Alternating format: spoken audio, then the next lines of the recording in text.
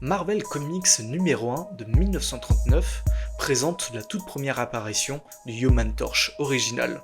un androïde créé par le scientifique Phineas Horton, qui est présenté avec fierté à la presse comme sa dernière invention révolutionnaire. Mais le problème majeur se révèle immédiatement. Dès qu'il est exposé à l'air libre, le robot s'enflamme spontanément,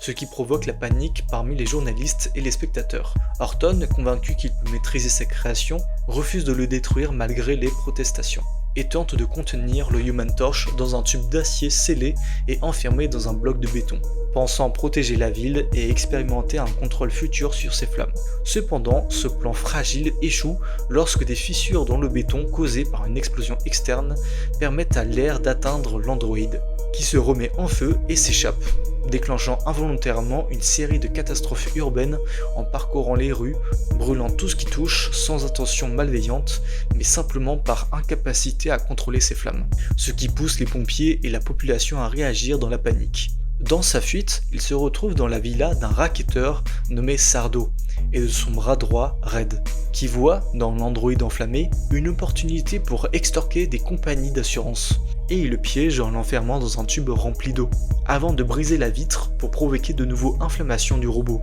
qui s'échappe par réflexe et finit par détruire partiellement l'entrepôt, flottant légèrement grâce à la chaleur intense de ses flammes. Lors du conflit final, Horton et les pompiers arrivent avec des réservoirs de gaz d'azote liquide pour éteindre le feu. Et le Human Torch découvre progressivement qu'il peut éteindre et rallumer ses flammes à volonté, et développer la capacité de projeter des boules de feu et ainsi commencer à maîtriser ses pouvoirs après une série d'expériences accidentelles et dangereuses, ce qui lui permet de neutraliser Sardo et son plan criminel, qui se termine tragiquement avec la mort du racketteur dans une explosion impliquant de l'acide sulfurique. Après avoir montré sa nouvelle maîtrise de ses capacités à la police et expliqué les événements, il est rendu à Horton, qui envisage maintenant d'exploiter l'androïde pour gagner de l'argent à travers des démonstrations publiques. Mais le Human Torch refuse cette servitude et s'émancipe de son créateur, choisissant sa propre voie héroïque et autonome.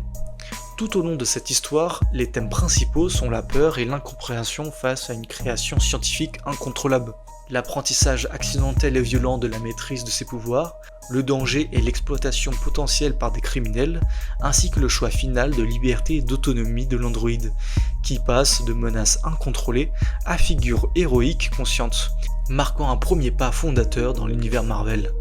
à une époque où les super-héros étaient en train de définir leur rôle et leur place dans la société.